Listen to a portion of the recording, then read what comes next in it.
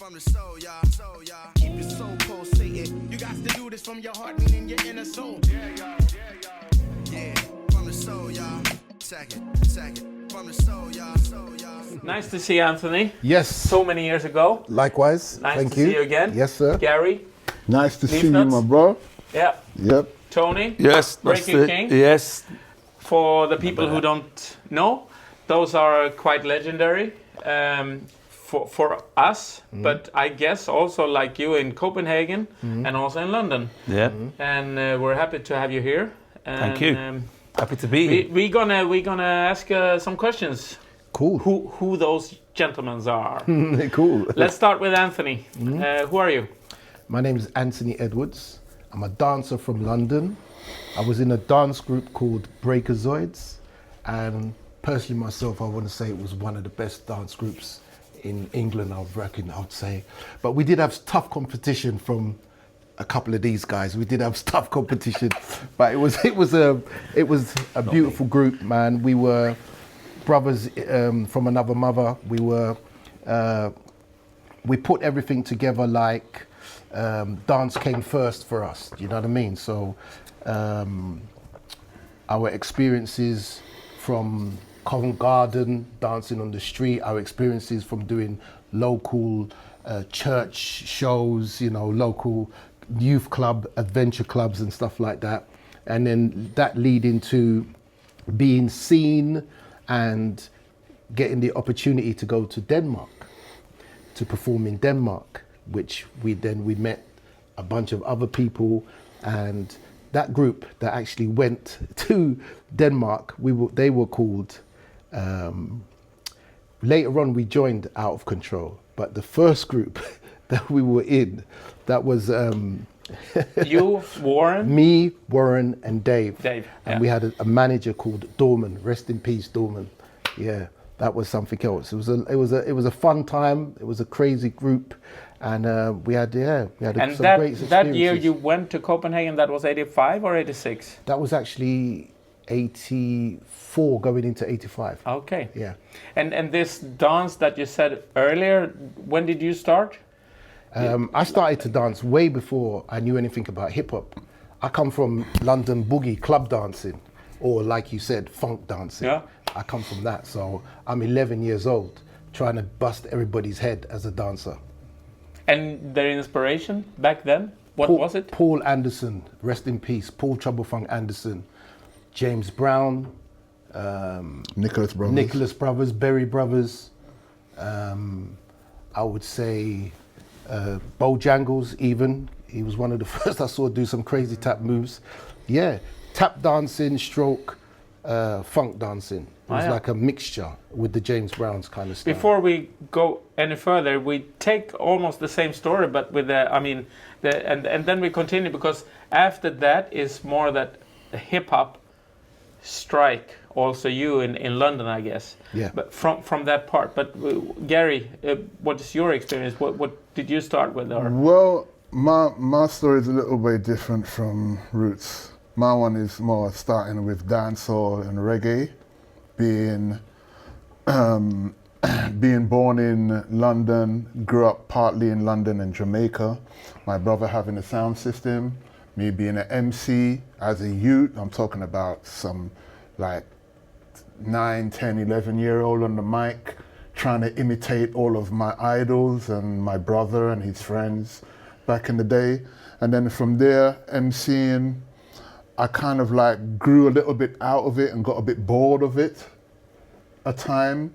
So my next thing was into football, and then from there, after the football, I got straight into hip hop, following my friends of my brothers down to the West End, and I saw a couple of movies. I got to start to understand, Breaking the movie and all of that. And then you saw MCing also?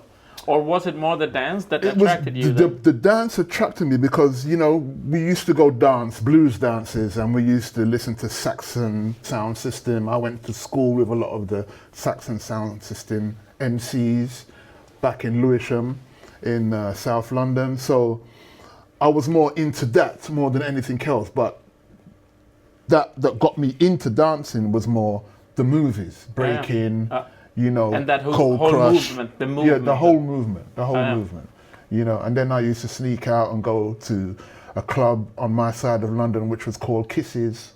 We used to watch all the boogie dancers, and we used to go to Cat in the Hat and all these type of places back in London where we see all the funk and rare groove dancers was down there. So I had a love for the both. I tried to, between both, MCing, dancing, MCing, MCing, dancing.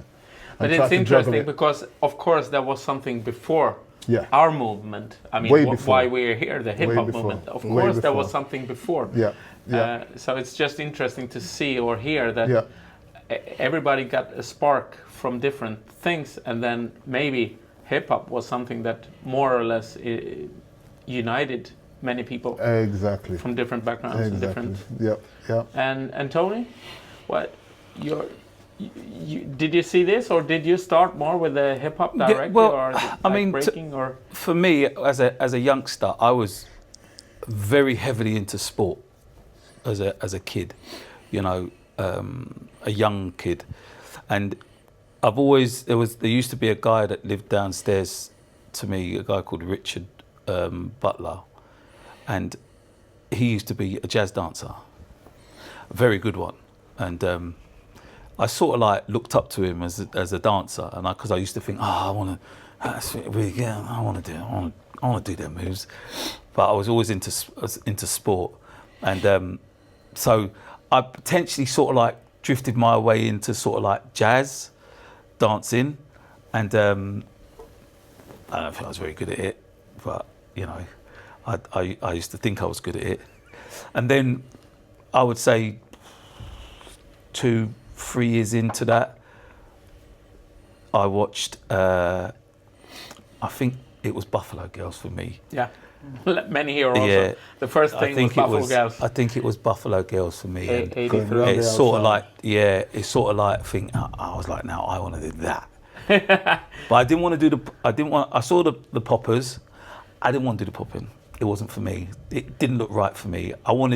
For me, breaking was more boisterous. It was more like sporty. Yeah, and I wanted to do that. And rah. Yeah, so I totally switched from jazz to practicing breaking. Didn't know what I was doing, you know. But our friends, we all linked up and we joined this little crew called Cosmic Rockers, and we used to go to a little community place called Priory. And we used to practice and do our stuff there, but my mum doesn't know this, but I used to bunk school to practice. I never used to go to school. She knows now. She knows now. She mostly does that. She knows now anyway, because I've done told her. But I used to bunk school and practice more than what the others did. We all did that, bro. Yeah. No, I'm not talking about you guys, because you lived in the other side of the water. I was from the other side. So, but I understand. This is, I guess, this is maybe one thing that made you better than the average, because you train more and you put more effort to it. I've always been, as a person in anything, even sport, I couldn't be second best. I couldn't. I just, like when I swimming, you know, brothers don't really swim, but I nearly drowned trying to swim across the side of the pool, and for that feeling, I said, that's never happened to me again. It's never going to happen to me again. So what did I do? I went swimming lessons. I learned to swim. I then saw a guy and I think I'm going to be better than him. So what did I do? I trained, became better than him. Then got scouted for the England under-13s. You know, so it's that sort of mentality I had, because I didn't want to experience. So I put a lot into it, and that was my breaking. I put a lot into the breaking. It was like, for me, it was everything. It was competition. Yeah, you know, and seeing all the guys from. I came into it quite late.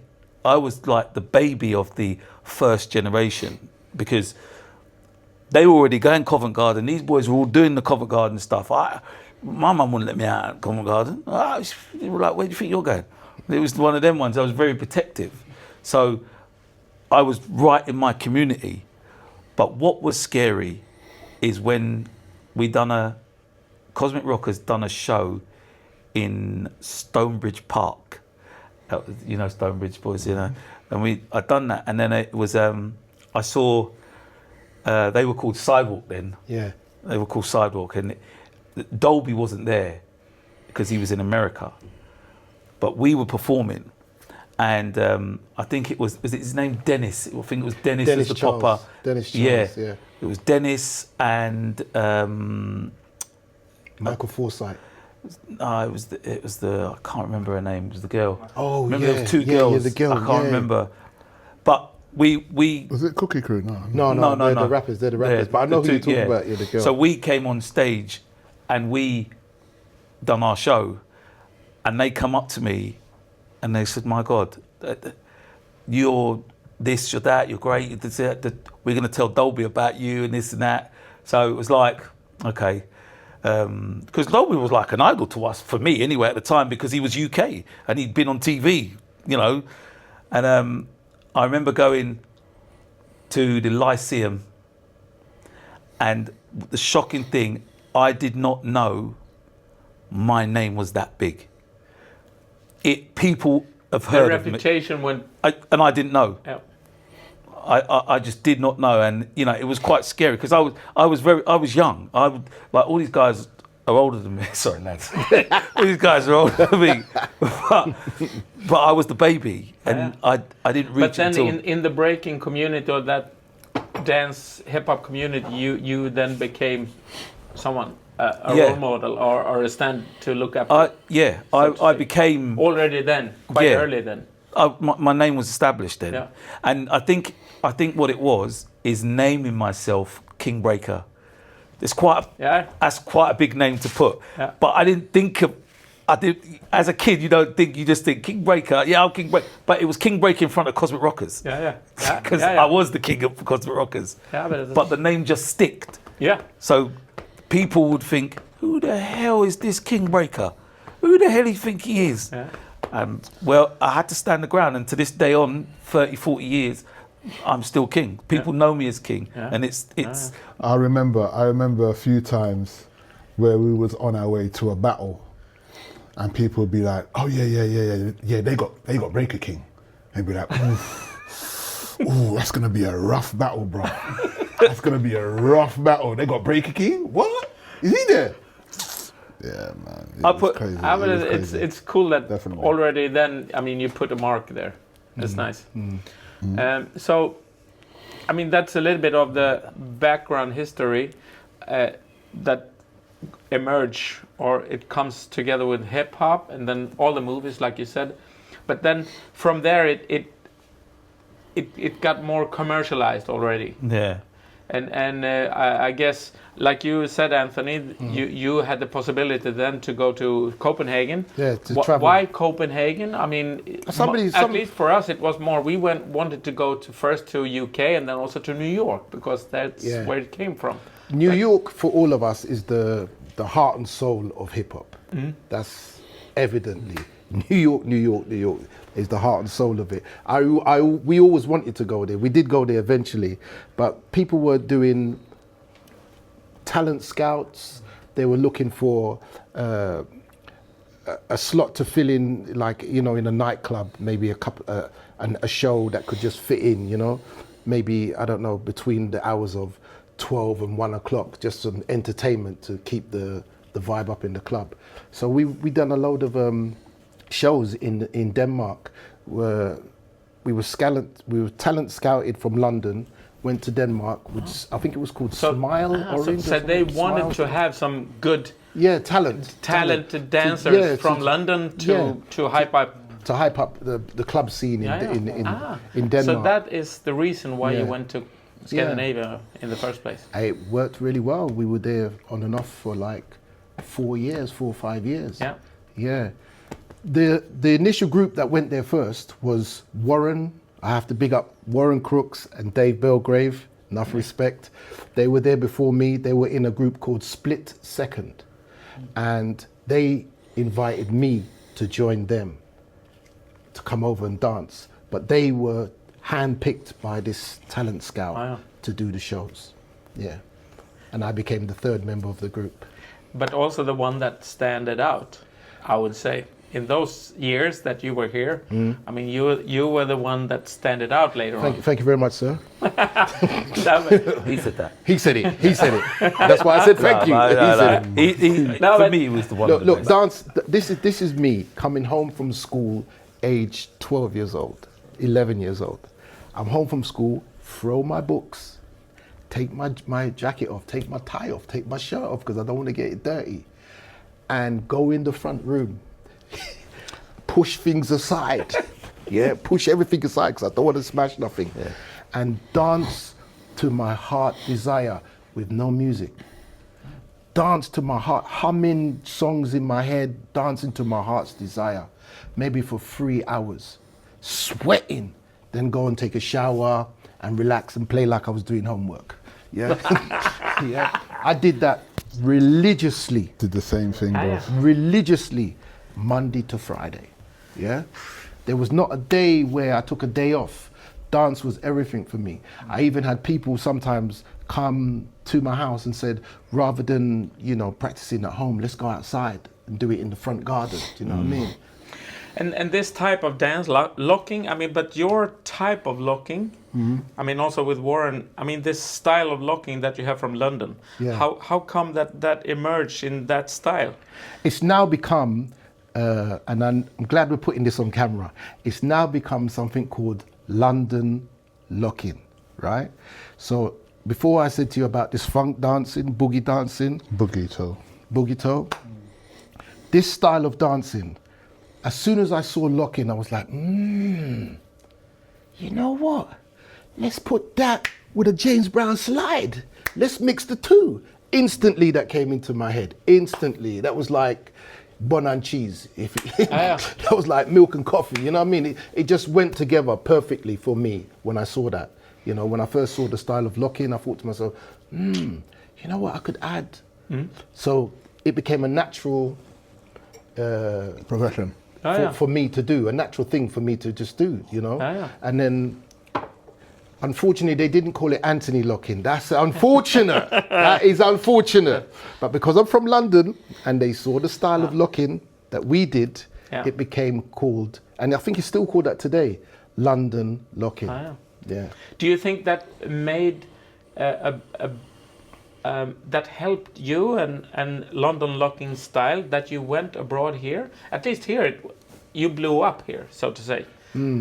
Together with Out of Control, I mean, it was really that you put a real big stamp here, a big footmark in Scandinavia. Wow. Maybe it also helped you back.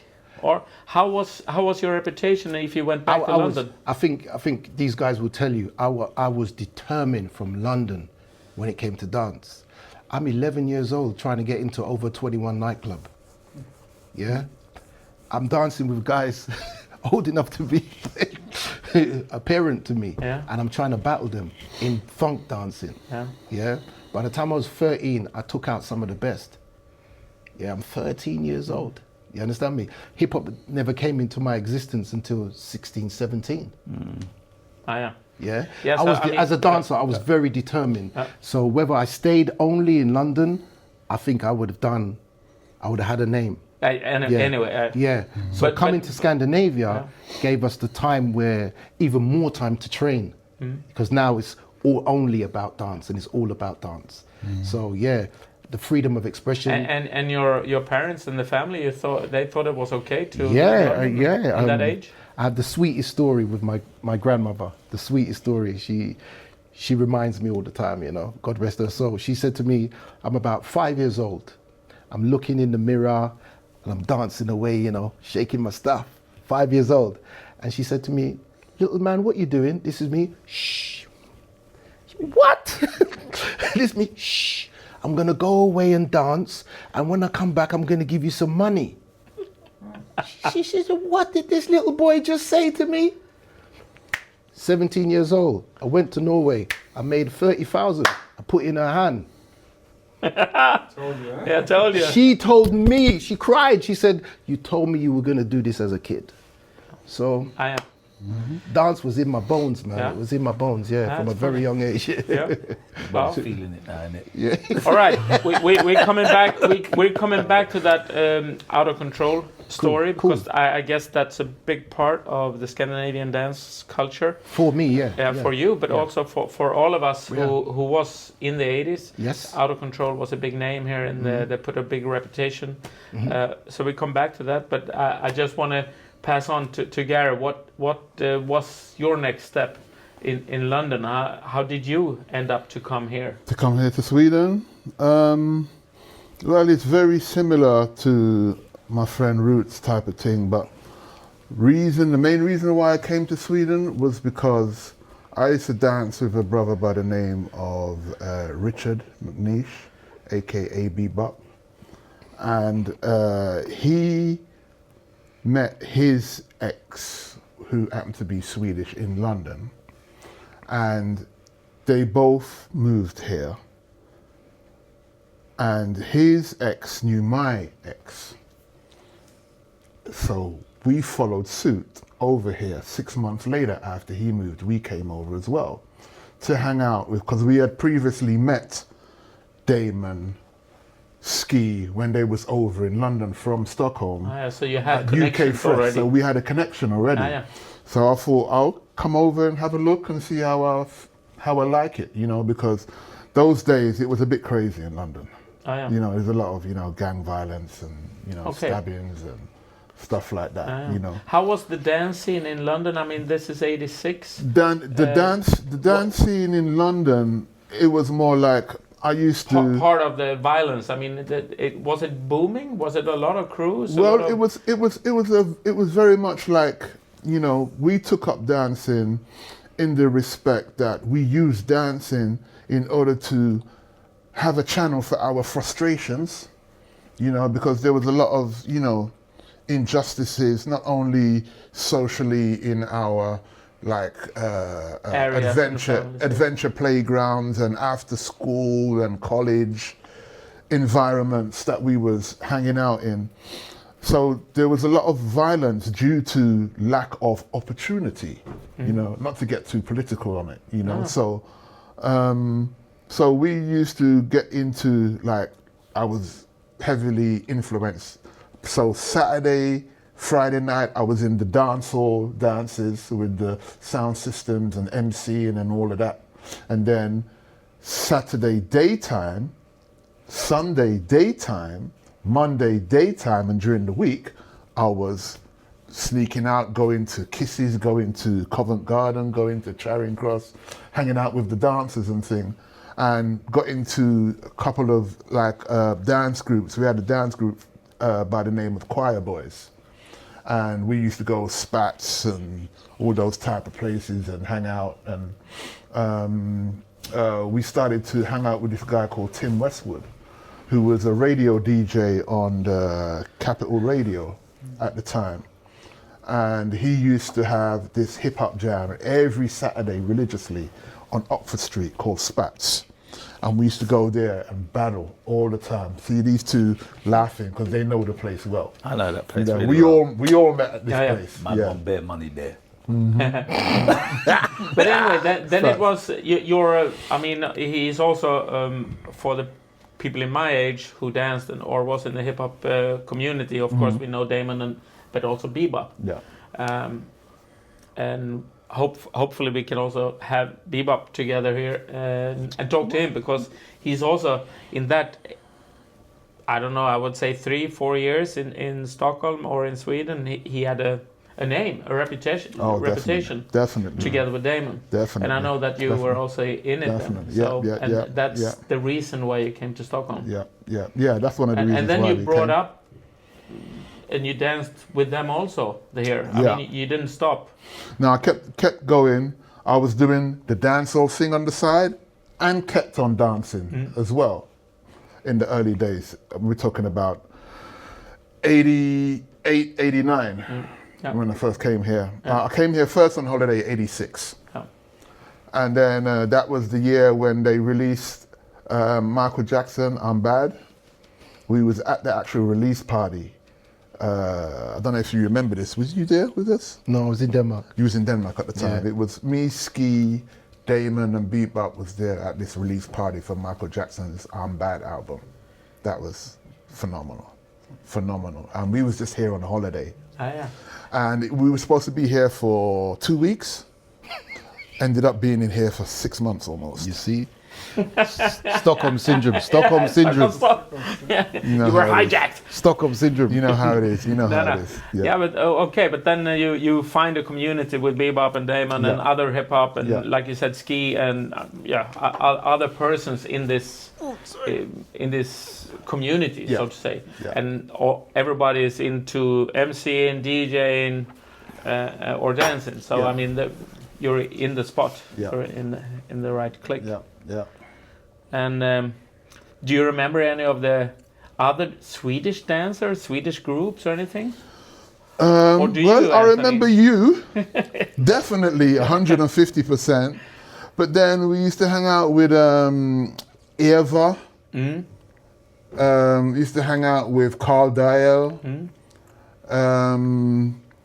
We got approached by Mr. Tatum himself.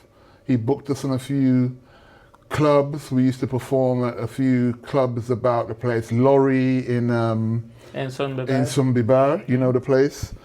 Of course, Daily News, you know, the regular spots that we was booked. A guy we used to call him Bubble back in the days. He used to book us for shows.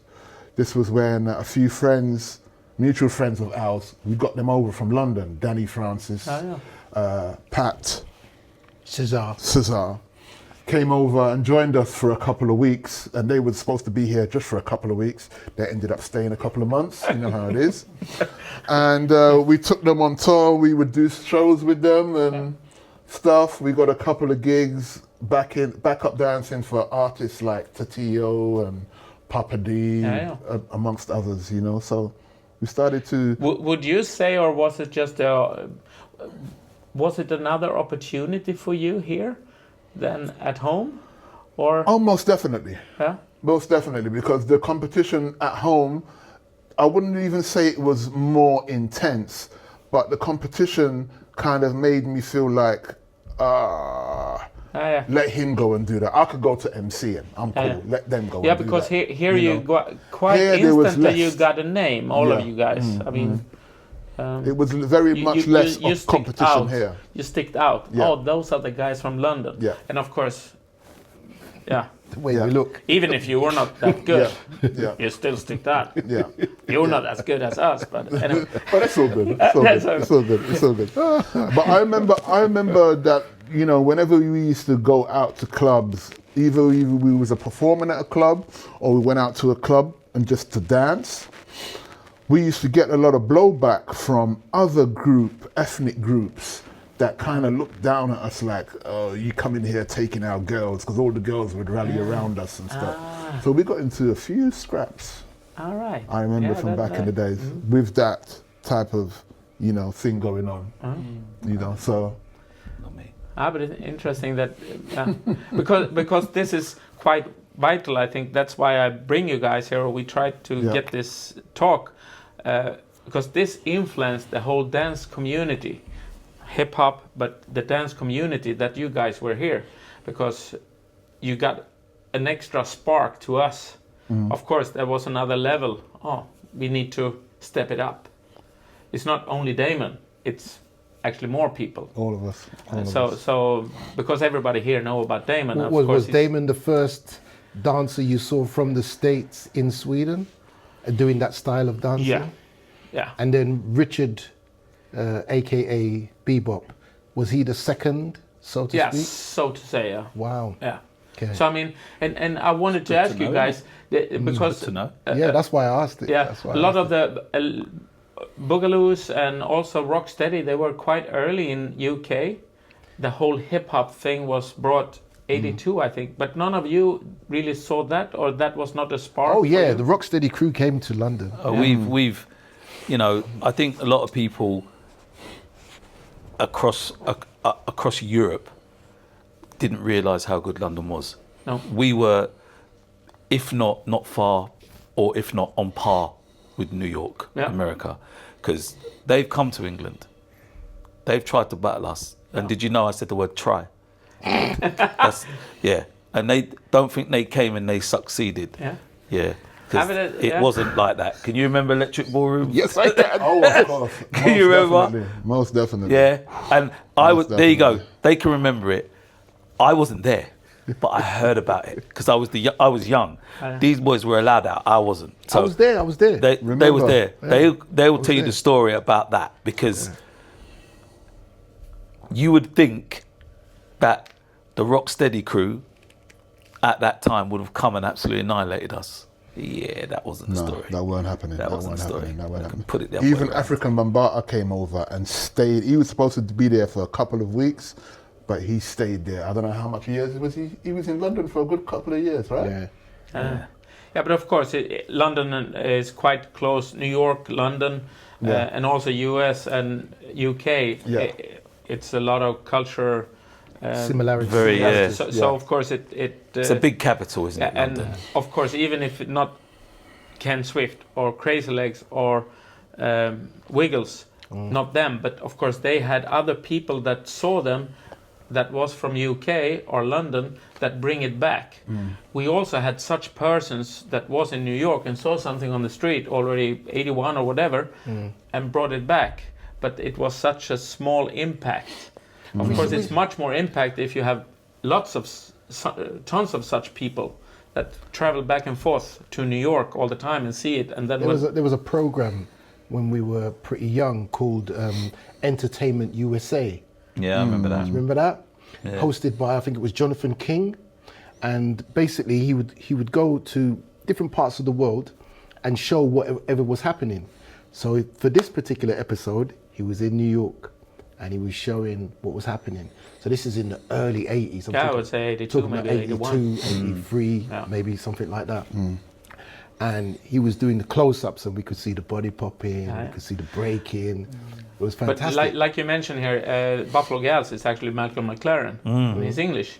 He's from Sex Pistols. So I mean, maybe it's because of him it's brought out. I think it's opened a lot of doors when he brought it because of because of who he is. Yeah.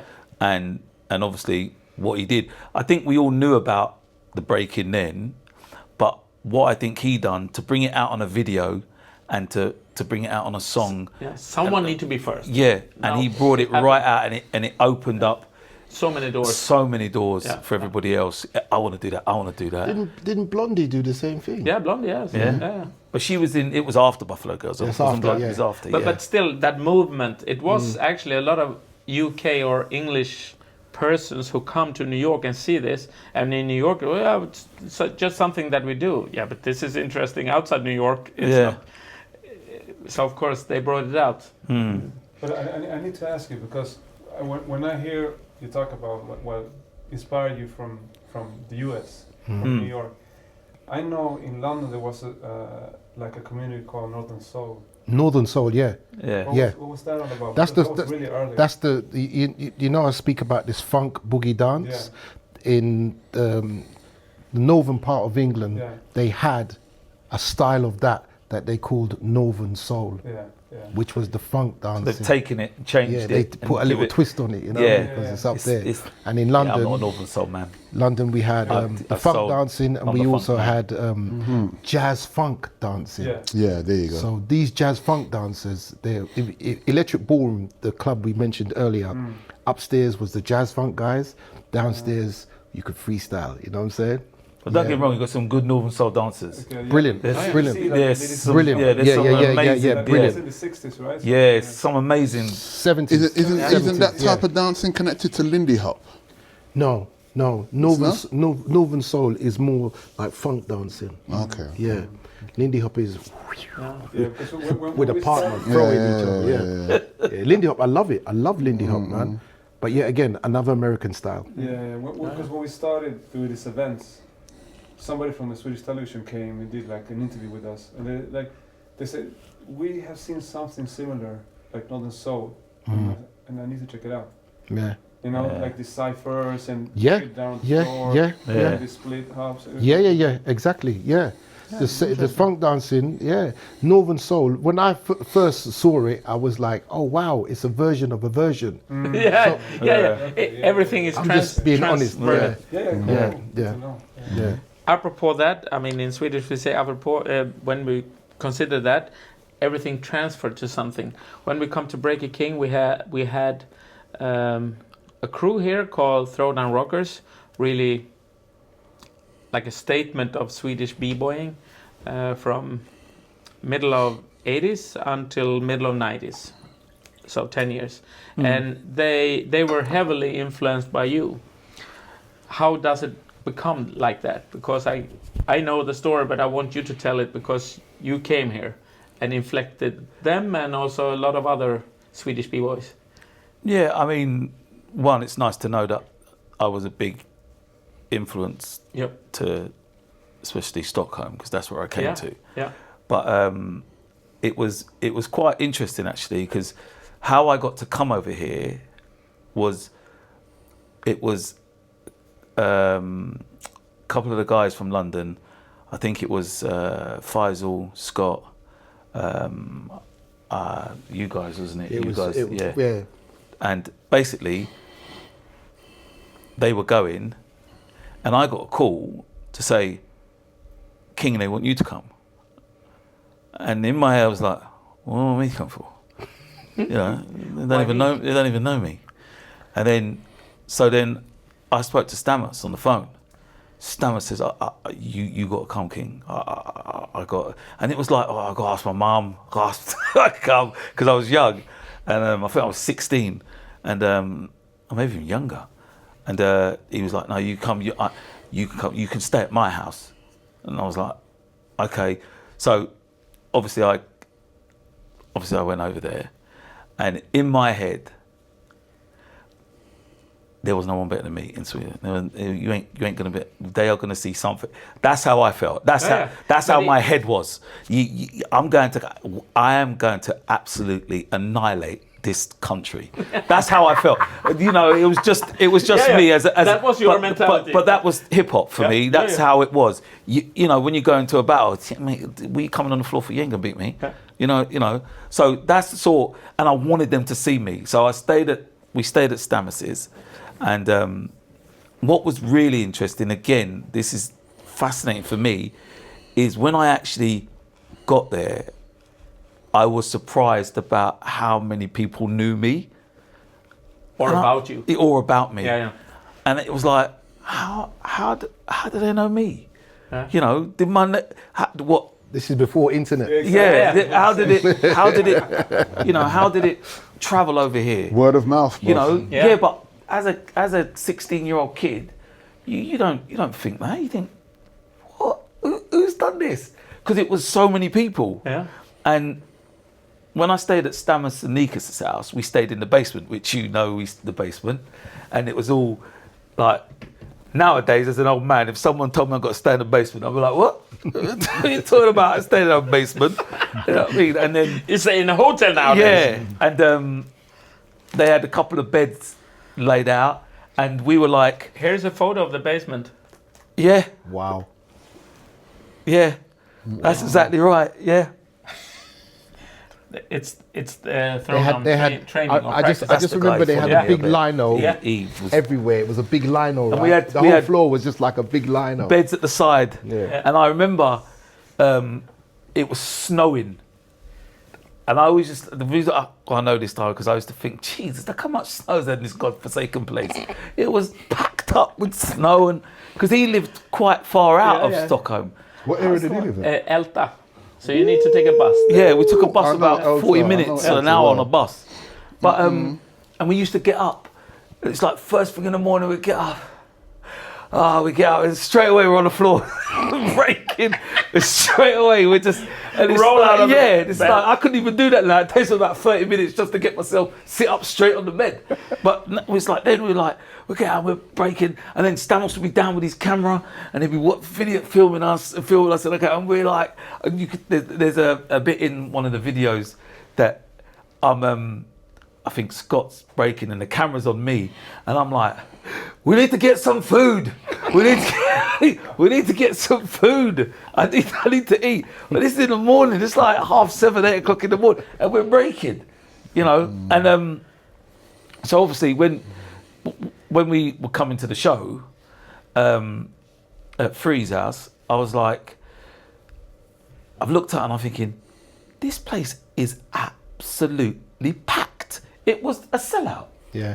Yeah, Free's at there. Yeah, it was just packed. I don't remember who was the head act for rapping. Marvelous. You had Soulboy. Soulboy it was, rapping there, wasn't DJ it? Marvelous. I spoke to Damon. Cash Money. Damon and you mentioned her name earlier, Eva. Is it Yeah, Eva Williams, yeah. Boogie? Yeah, Boogie, Boogaloo? yeah. She organised that, didn't she? So between Damon and Eva, we liaised, and I was told to put together a team of dancers and bring. So I was like, wow, I'm getting the best of the best.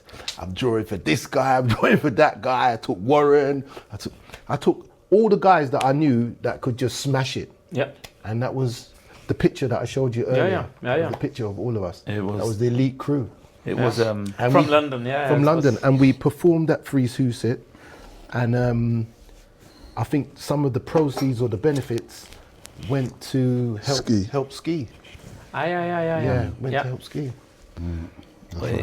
Yeah. I think it's in January '88 or something. 88 was a good I year. think it was. a good year. Could be February. And it was but, packed. Hence As the you snow. said, It was packed. winter. It Right? was absolute, and that for me, boy, I couldn't wait to get out. It's like I was showing the world what I could do. Yeah. Do you know what I mean? It's like Yeah. I can get out there. I'm not in the UK no more, and I felt like I've done the UK. This is now somewhere else. Next level. Yeah, Next this step. the next step, and I saw the cut and I thought, I'm going to absolutely annihilate this place. They are not going to know what hit them, and obviously, we Yeah, you did, we because smashed after that, the reputation of that, and actually the whole thing was blowing. It left an impact. Yeah, it left an impact. It left a mark. The problem, I would say, after that, because I've seen it many times, because I'm living long now, like you, it's like you're building something up to like a crescendo of this, and then it's like the air went out. Yeah. And I would say after that, many things were not really the same anymore, because you expected that this was the level now, but it wasn't. Yeah, So- there was more. There's yeah. always more. There's Yeah, always more. and then next time there was something, it was like, yeah, but okay, now it's only 5 dancers here instead of 25, and no one from London, or maybe only 3. So it changed. it's so it's hard to keep that momentum. I think London, where you've got New York, stroke America, and the UK, I think what happened is that they gave it to Europe, and as they were doing it, they were building this, because it was from London and New York. They were the 2 main countries that were holding this pyramid together. Yeah. So when you talk about it deflating, Yeah. I think that's where we have started to drop off and think, we're not doing it no more, because we were doing it. We most probably were doing it before you guys. Yeah. And then we brought it over to here. Yeah. And then as we got older, I stopped in 90s. 96, 95, 96. Yeah. We're still seeing guys. It was still big Yeah. at that time. Yeah. But London had faded. Yeah. People had stopped. Yeah. New York, America, they'd all stopped. So you got this. You guys don't have no one no more. If we would have kept it going, it may have kept it there. I'm not saying it would have 100%, but it would have kept it there. But then you've got no one to look for. Here it was the problem that a lot of the old people went into something else. They went into DJing, they went into rapping, MCing, or music producing. The hip-hop culture was big. Then the it didn't came up enough new persons. Later on, in the 90s, we will keep on doing this, interviewing also the next generation, because in the 90s it started to come up. Up again. You know, some 5-6 years younger than us Yeah. that come up with a new energy, a new movement. I think I stopped around about the time when you did. We were getting. We all to did. that. We all We getting all that. did. Yeah. So in the 90s, we kind of like drifted away from it. I mean, don't get me wrong, I got calls to do choreography for different bands and different people, but it wasn't the same. And I think also, if I'm right, this is around about the period of time where music was going from vinyl to digital. Yeah. To Also CD, that. yeah. So To there was CD, that change, you know, that change caused a lot of, you know, differences to happen, man. Yeah. You know, the technical era Aspects. was coming Yeah. in Also more so. changing, yeah. Yeah. But before we're not there yet. Yeah. But we will come to the end, yes, but not yet, because we have a little bit more story. Like you said, Out of Control. You went to Copenhagen. Yep. You did a lot with Out of Control. I've seen. We probably will post it also, depending on what you guys think of it. But we have some shows that you guys did, and you did a lot Yeah. with Out of Control. And I know that later on in the 90s, they merged on. Out of Control, Steen, Thomas, later on also Locksmith. Locksmith, and you know, they kept on. Yeah. But you were not, and also not Anthony. No. I am. You were not there. I was the main choreographer for, I would say, you can ask them this. Yeah, Don't yeah. take my word for it. 99% of All the locking all part, the locking, everything that was boogie, anything, Yeah. that was me. Yeah. Because I had that influence from Dave, Warren, and myself. When we made up routines, they left it to me. Oh, go on, Ant. Yeah, You I like to do understand that that. anyway. Yeah. Just make up the routine. So they gave me that space to do that. So I was always quick on making up routines. And I'd done so much for so many years with Out of Control that after I left, it was easy for them to know how to do routines. But it was not that you really missed that thing, because No, you 'cause know, they I- did a Battle of the Year, and we went all together to Germany a lot of times. To UK, to London. And we had an offer. We had a single with a because I wanted somehow influence music. Yeah, music was calling me another way. I love dance. Don't get me wrong. I love dance. I always will do. But I wanted to branch out and do something musically. Maybe dance and do music at the same time, if possible. And we had an opportunity to do a single, Out of Control, back in the day. We had an opportunity to do that. And some of us wanted to go forward and some of us didn't want to go forward. So that initial... that was a little bit of a clash there. Yeah, I would say that split. that kind of differences Oh, yeah. made people think to themselves, okay, What do so I want? what do you want? Do you want to go forward like that, or do you want to go forward like this? Yeah. I had an opportunity at that time to come to Stockholm to do music with this guy and ski. Yeah, I had that opportunity presented to me. I was like, Okay. yeah. yeah, I wanted to do music. I told the guys this is what I want to do. It was all love. There was no war. There was No. nothing. It was all love. You had different So needs. they went on. I knew in my heart of heart that all the routines that we had, Yeah. even before they started to make up other routines, was enough for them to carry for the next 10 years. Yeah. I knew that for 100%. Yeah, at least they had the feeling also. Yeah, yeah. I think Warren stayed for maybe another 2 years, 3 years, and then he left as well. And that's how you came then to Stockholm. Yeah. The first Yeah. time, but you did not stay from there all the way to now. I mean, now you live in Stockholm since 10 years or 15 10 years, but, I think I stayed for about 3 years or 2 years. I think I stayed for about 2 years. On and off. On and off. Oh. And then Gary, Desmond and Ski got a deal. You got some kind of deal. I think it was was it EMI? Yeah. Through EMI, I think. EMI and Sonnet Records. And you guys became Fat Frequency, right? I was a part of it, but because I was traveling back and forth all the time, You missed some I parts didn't. of I it, didn't yeah. sign contracts. But I was obviously, the first single that me and Gary put out, or the first single that I put out, was with Gary through that label. Yeah. So music was something that I wanted to do. Yeah. Me and Steen wanted to do music. Just so you know, yeah. Yeah, but you've seen, I mean, especially Steen, but you know, you've seen what the growth or that seed that you were together with them planted and what it made them. It's incredible that they're so into it. I tip my hat because the work ethic that I had as a dancer, like I told you, every day I'd come home and dance. I still had that work ethic when I got older. You had to practice, you have to always practice, you know, sharpen your moves.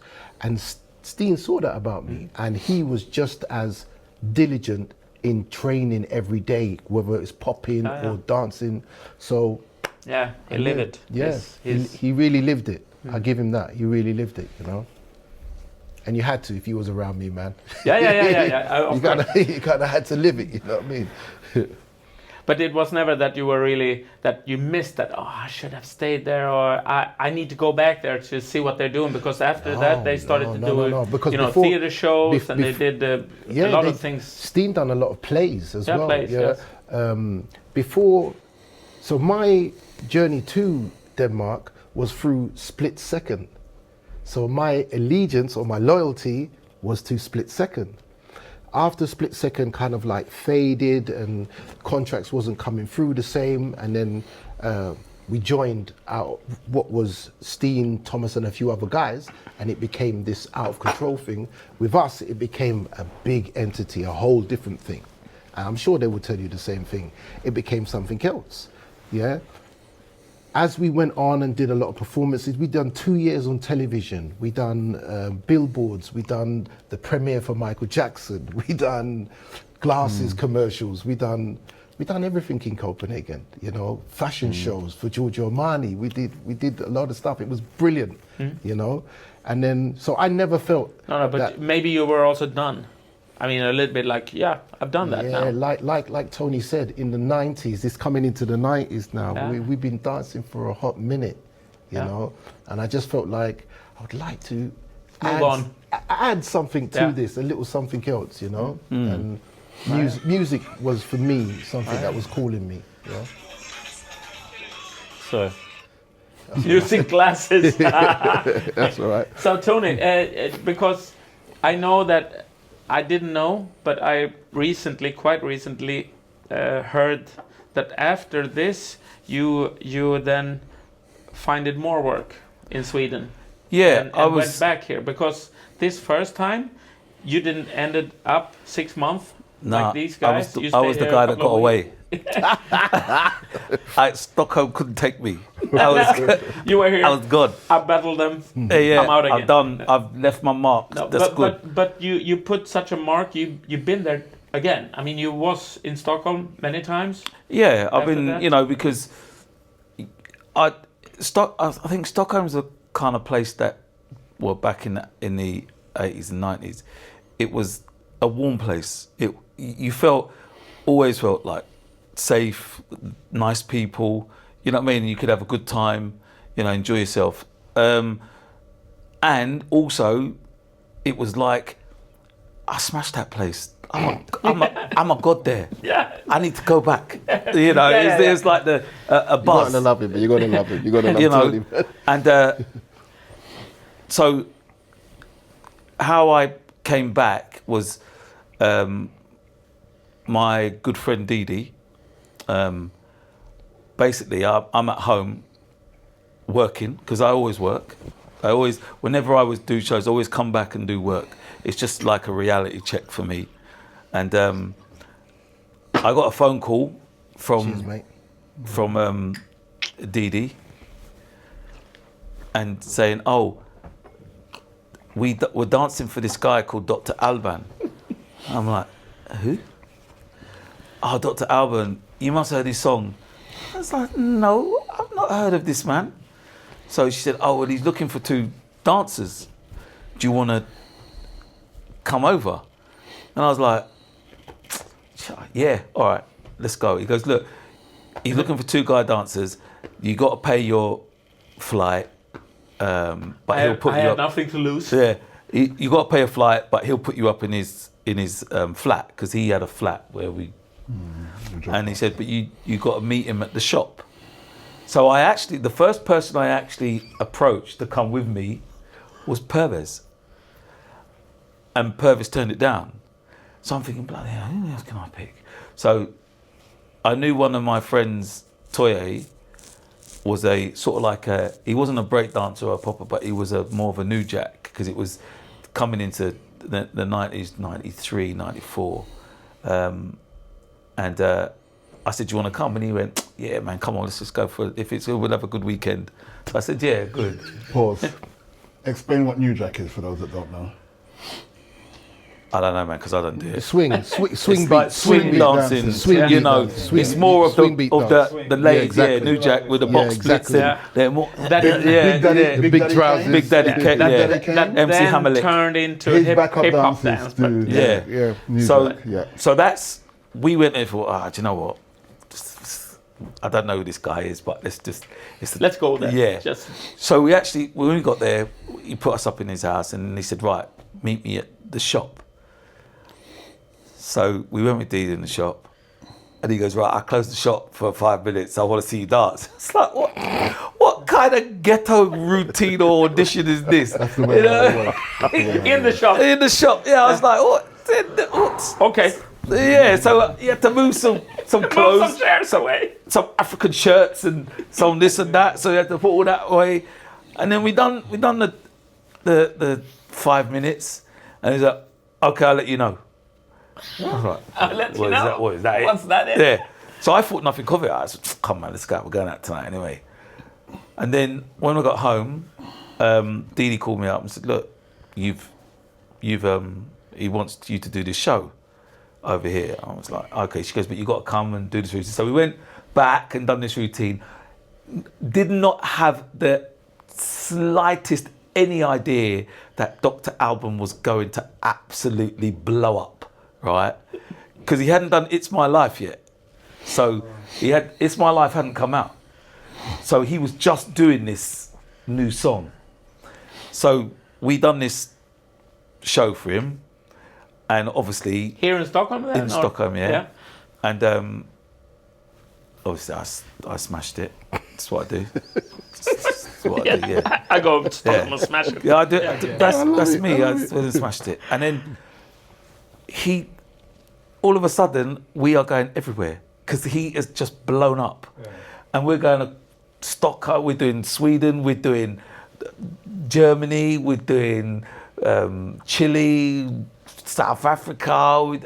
It was like, oh my God, this is just... And what did you guys do? I mean, you're a b-boy. Well, did you do like windmills and backspins on the stage or what? Come on, this is me. This is King Breaker. Of course I'm going to do it. I'm not going to let Dr. Alban win everything. You know, I'm not going to do that. I'm not... So basically, you would know because you've done the shows with him. Yeah, because after he got he's you dancing guys. with him too. Yeah. He's dancing with him. And Dr. Alban, one of the biggest ones we've done, I'll tell you this one, what it was like for me. I was mainly the main guy that done the choreographing. Toy put some stuff in, but I was mainly the main, and he put little bits and pieces in, which were good. I always say. What kind of? I mean, like up rocking or? Yeah, we do a bit up rocking. He done a bit of the dancing bit, and then we do the little floor moves. I would bring in. We tried to mix and match it so it's a bit of his and a bit of mine. Yeah. Okay. But there was always a part in Dr. Alban's show where we went off and got changed, which would give me 5 minutes. And I used to say, Toye, I love you to bits, but this 5 minutes is mine. Yeah, this 5 minutes is mine. I need this 5 minutes. Yeah, because my breaking head got in there and thinking, again, I am going to smash this place up. That's how I felt, you know, as a breaker. And we used to do this 5 minute show bits, and that's where I'd let off. I would 90s. I'd be doing backspins and popping up, and I had the crowd going ballistic. South Africa was the main. I remember opening the curtain at South Africa, and looking, and there must have been about 7,000 to 8,000 people there. Wow. And I was like, Toy, Becky, I'm like, Toy, to the other dancer, I'm like, you need to let me take your bit. I need to be out there. It was like I had to. I was like, I need to. I was like, that's just me though. I know it wasn't most of the right thing to do. I but thought he was the man to do it like that, but you're the mate. There was not in South Africa. There was too many people there. They need to see me. And they need to see they needed to see me. And it's like I got in front of this, and I was, as soon as the Dr. Alban walked off and the beat, I was like, I remember just going in front of the stage going, this is my, this is my, watch you're here from me. Yeah. Forget about it's that like guy. I was battling them. I was battling the crowd. And I remember the next day, the centre page. I am bang on the centre page doing a 990. Wow. So I was like, yeah, that's right. That's what I'm talking about. It's the King B show, 5 minutes. It's the 5-minute King B show. So I used to do that all the time. I used to sort of like tell the other dancer, because not disrespect him, but he wasn't a breaker. And I still had that breaking mentality in my head. I still wanted to show the world what I could do, because I believed that I hadn't showed it. I had no idea. And it was, we would do all the shows, and I always remember there used to be parties, after parties, and I always remember a show we done in, it was in Monaco. We done the Monaco Awards, and they were going to it's called the Millionaires Club. Wow. Government juice I was drinking. Couldn't afford the drinks then. I was just a dancer. So it was good. So we got in there, and all the dancers were all meeting up. Mate, that was the moment, because I thought there was 2 unlimited dancers. So and in my head, oh wow, and it was all the dancers from all the artists. I thought, they're getting it. They are so. I was buzzing. My head was going. I was in the chair. I was like, fucking hell, these boys are gonna get roasted if any of them go into the circle or anything. And I was hunted. It was like, it made me feel like I was hunting for. Wait, I beg you, go down. Go down. You just go and perform and see what happens. I was waiting for somebody to do something so I could just annihilate them, because, and we done this little thing, and I smashed it again, because that's what I do. I had to let them know, the breaking. I had to you got to represent for the hip hop community, And I never forget this day. I went to the airport, and we're checking in, and I get a tap on my shoulder, and you're not going to believe what I'm going to say here, but I turn around, and it was Patrick Swayze, and Patrick Swayze taps on my back, and he goes, I turn around as if to say, but all right, Patrick Swayze, you're good. Ready, brother, I was ready to go battle. What, go for yours? And I just like to say, you guys were amazing. Oh wow, I said, cool. Yeah. Cool. Tell me something new. Tell me something I didn't know. I was like, yeah. And what? What, you want to go for yours? I see you dancing. I see you dancing too. Ain't no dirty dancing. I saw you here. dancing, but I wasn't going to go into that circle, boy, because you were dangerous. Yeah, but it was so nice to have that. Do you know what I mean? To have that. That's, for me, that was more powerful than any other battle I've been in. To have a man like that who is a dancer, well, he's passed away now, but to come up and tap you on your shoulder and say, you guys. But in those years, mid-90s, in the same time, because I know Nico and Stamis and Jerker and Throwdown, that you recently, some years earlier, we went then to Germany, we went to Battle of the Year, we went to different, Spring Jam in Hanover, some 2, 3, 4 years in a row. We met a lot of B-boys in Europe, also second to none, people from UK.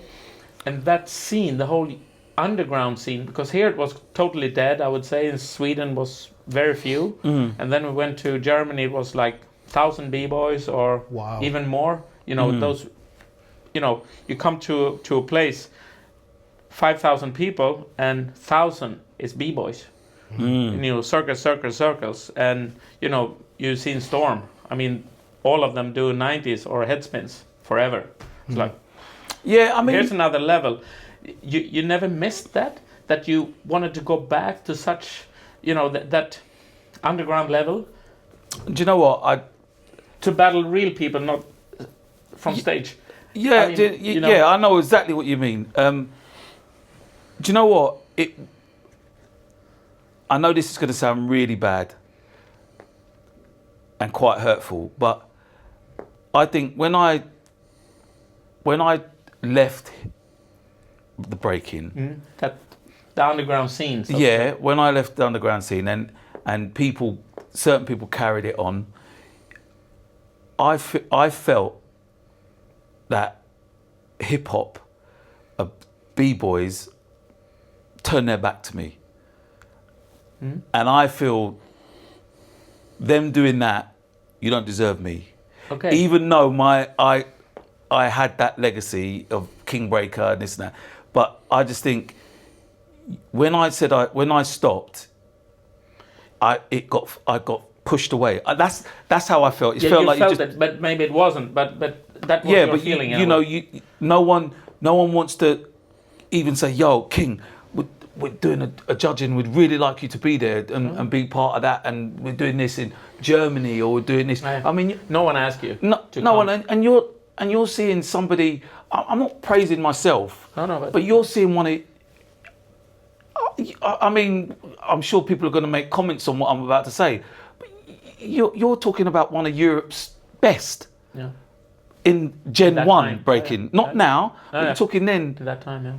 And so you're talking in classes of some of these boys here that we're talking. We're in the Muhammad Ali's, the fucking, you know, the Tysons, and these are the sort of legends that we're dealing with.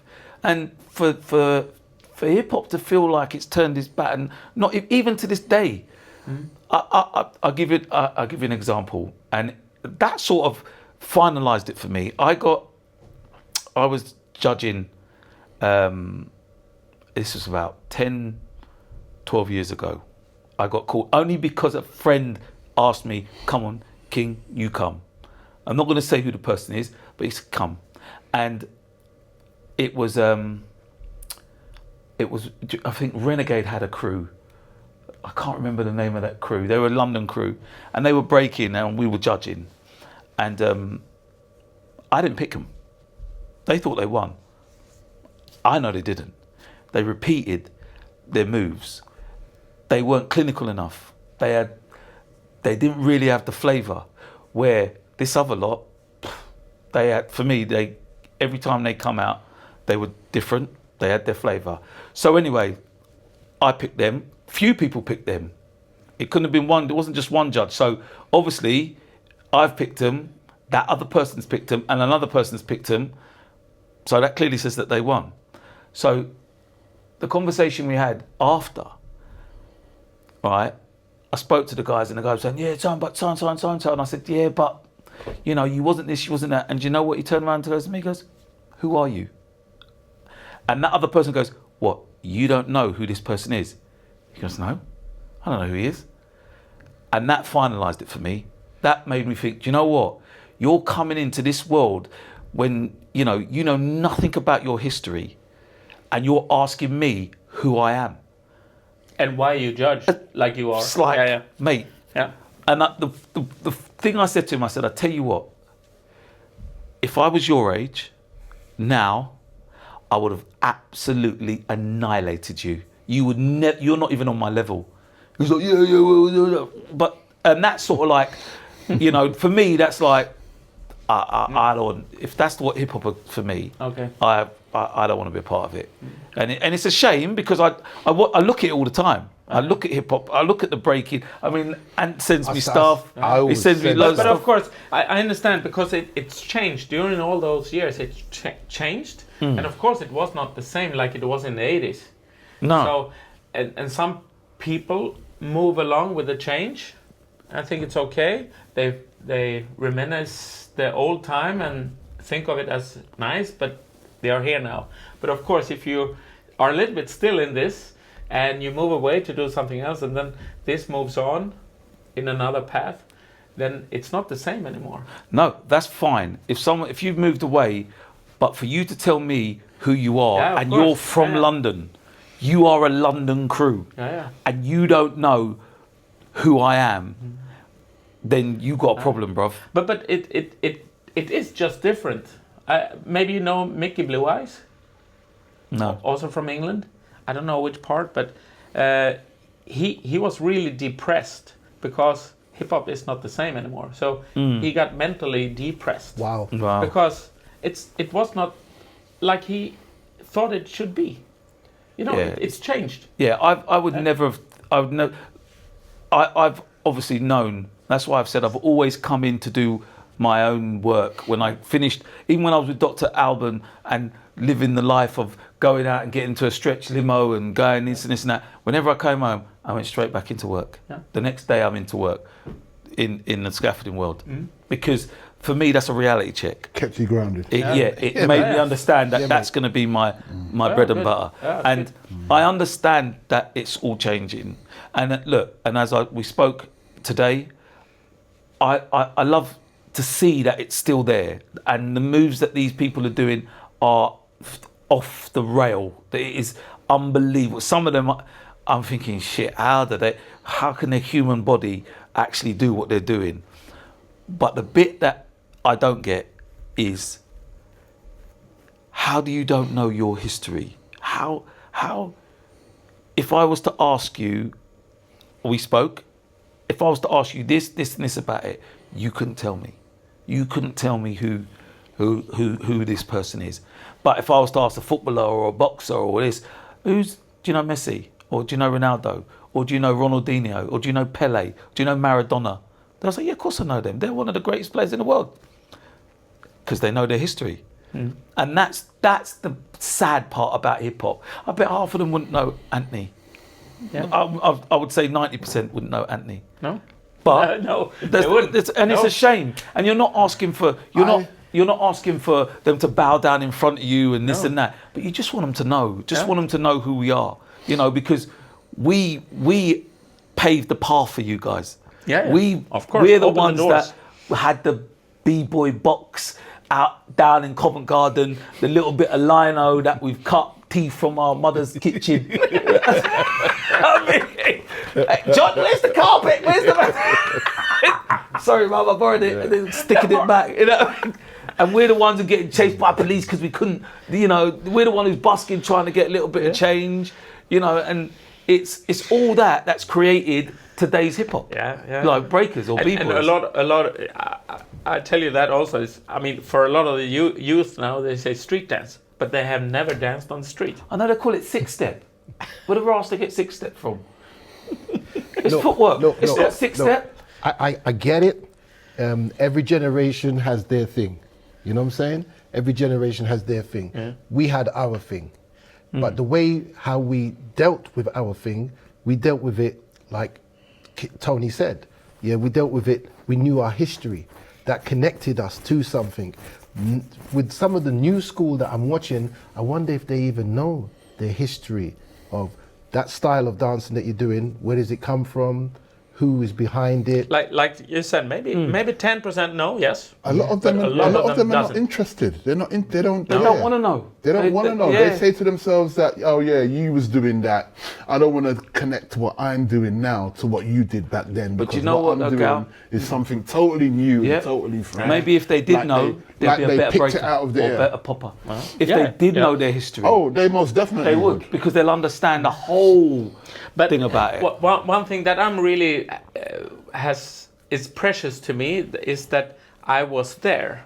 Yep. Do you feel that also? 100%. Yeah. Yeah. 100%. I'm Because- grateful. Yeah, I'm grateful. I'm grateful. I was there. I'm grateful for that. Because I'm really grateful. It was new. I mean, it was okay. There was funk dancing. It was James Brown. It was something before, but it wasn't hip hop. And we were there when hip hop, the seed of hip hop. Yeah. Planted. We are the first gen. Yeah, Yeah. and Part of the first generation. for me, I'm blessed to have Yeah, that. 100. And even if those new guys, they don't know about it, they think, yeah, there was something before me, but I don't really know, I don't really care. Sometimes I can also be like, yeah, too bad for you, I was there. There. For me, I have it here. Yeah. So I so bring it grateful. with me. I'm so grateful Yeah. for it, man. We've had We're here because of that. Yeah, yeah, and we've had the best. yeah. We've had the best. For me, we've taken the best parts of b-boying and body popping, because we had what these kids would never have, going to club, town to town, taking out crews, you know, battling crews in their own territory. You know, that was all part of our fun. They're never going to get that. They're never, and I understand that. But they have internet. Yeah, you know, busting a move and then man's thinking, Jesus, what did he do? I can't remember what he done. Yeah. I know he done something like this. No, he didn't weren't like that. But now we had to work. If you knew, for instance, all right, you're back in the day. If you knew we're London All Stars are coming over to Sweden to battle your crew, one, you'll be shitting yourself. You'll be thinking, oh my God, that's Dolby D, that's Millie Mills, that's Flipski, that's Danny Francis, that's King Breaker. Yeah. Shit. They're coming here to our town and they're coming here to battle us. Annihilation. You're one, everyone's gonna want to come and see that battle. Everybody. And that was the buzz that we had. It's a different buzz. I mean, today. it even gives me goose It's a pimples different thinking buzz. about it, and it's not You even heard real, that, it's right? not even happening. It's a different buzz. Because of that, Definitely, because of that buzz, you think these guys, these hip hop guys now, these people, they don't have that. They can't say, yeah, we're going to this club. Hey, no, you're not, brother. Because one, you're not allowed in with trainers and shirts, and you're not allowed to backspin or do anything in the dance floor. So you ain't doing nothing. And the crew are not allowed in because she's only 16, he's only 10, and he's 11, and it's not happening. You know, it's not. It's not the same thing anymore. It's not happening. No, the it's same not. thing anymore. But please, by all means, know that we love for them to do what they're Yeah, doing. yeah. And Yeah, we of course, And we of course. Appreciate, we of course, appreciate, of course. we appreciate, because like I said, every generation had their thing. Yeah. You know? For them, it's real. I mean, 100%. So- They have a new style. 100%. They have a new, like, You saw what we saw today. Yeah. I can't hide They it love from you, it. man. You saw what we Yeah. saw today. Yeah. And well, you look at me, I was on the I'm- chair, I our was ready mouth to, was like- I was ready to go. I thought, boy, I thought you look like 20 years off me. Lucky I didn't go, because I wouldn't be here talking right now. I'd be medics. Yeah, but it's interesting to hear because you put such a big mark on With the dancing. Stamos I did, Stamos and Nico, you could see it was really nice to be a part of them, because you could see they were interested. They really, really They took loved interested it, in what we did. Yeah. Yeah. You know, and as me and you said, you could see us in them 5 years later. You could see Pervez, you could see King in their moves. Not saying it was all of us. No, You know, but- they didn't act like us, but they took a piece of us, and I honour that. You know, Stamos for me and Nico, when I used to see them break, I used to think, boy, these boys are wicked. Yeah, they are. Because they took that flavour from us, and they understood it a lot more than what other people's did. Yeah. Do you know? And it's just nice to see. And for today's breaking, don't get me wrong, I love seeing it. It's and I'll always watch it, no matter what. I'll always be drawn to breaking. Yeah. You know, I think they need to do a bit more Oh backspins. yeah, all of us carry. Bit more windmill. You know, it's because they don't do it though. It's like man's gonna do spin on his hand for about an hour. I'll see you in a minute. I'll just do this hand spin. It's like that. It's just constant. I mean, all of us carry it in our hearts now. Whenever Yeah. we see it. Yeah. 100%. You know. Yeah, and then 100%. And to know, like, if you know, you said the guys carried on dancing, to know that the style that they carried on dancing, people can somewhat say, oh, we know where that style comes from, Yeah. but we call it London locking. That's cool. My name's Anthony, but it's cool. Call So it where London are locking. you? Where are you guys now? I know, but I want you to tell Anthony. What are you now? Are you? I'm still very much dedicated to music. I write and produce, perform a lot. Performed a couple of years ago, Uppsala Reggae Festival. We did festivals, Erland Roots Festival. I'm still involved. So then it's in more music. into reggae or with It's a combination. Jamaican sound, or I'm a lover of reggae music. Yeah. I grew up in reggae culture, but I also love soul music because that's the background with dance. You know what I mean? So I love to merge the two together, reggae and soul. It can be in the form of jungle, it can be in the form of drum and bass. Exactly. Mixed with everything else, you know? Yeah, we like to merge music. So that's where I'm at. Work based in Stockholm, I know.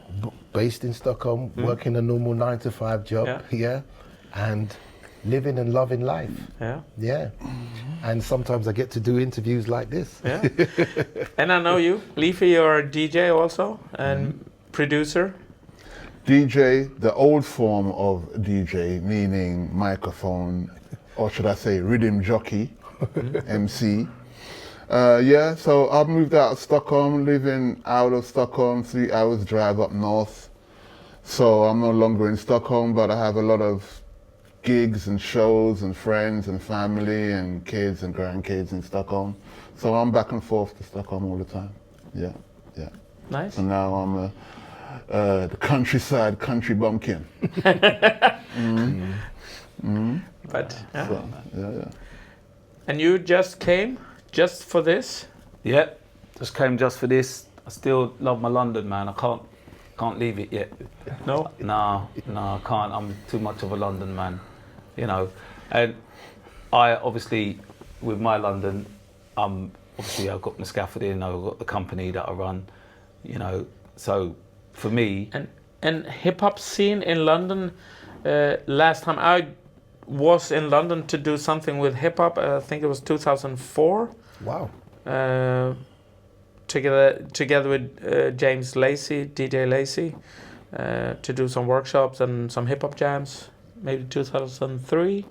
But I don't know really what is happening. Do you know? Are you still I have around? Do you literally- look a little bit or hear? I have literally no connection with the hip hop scene No?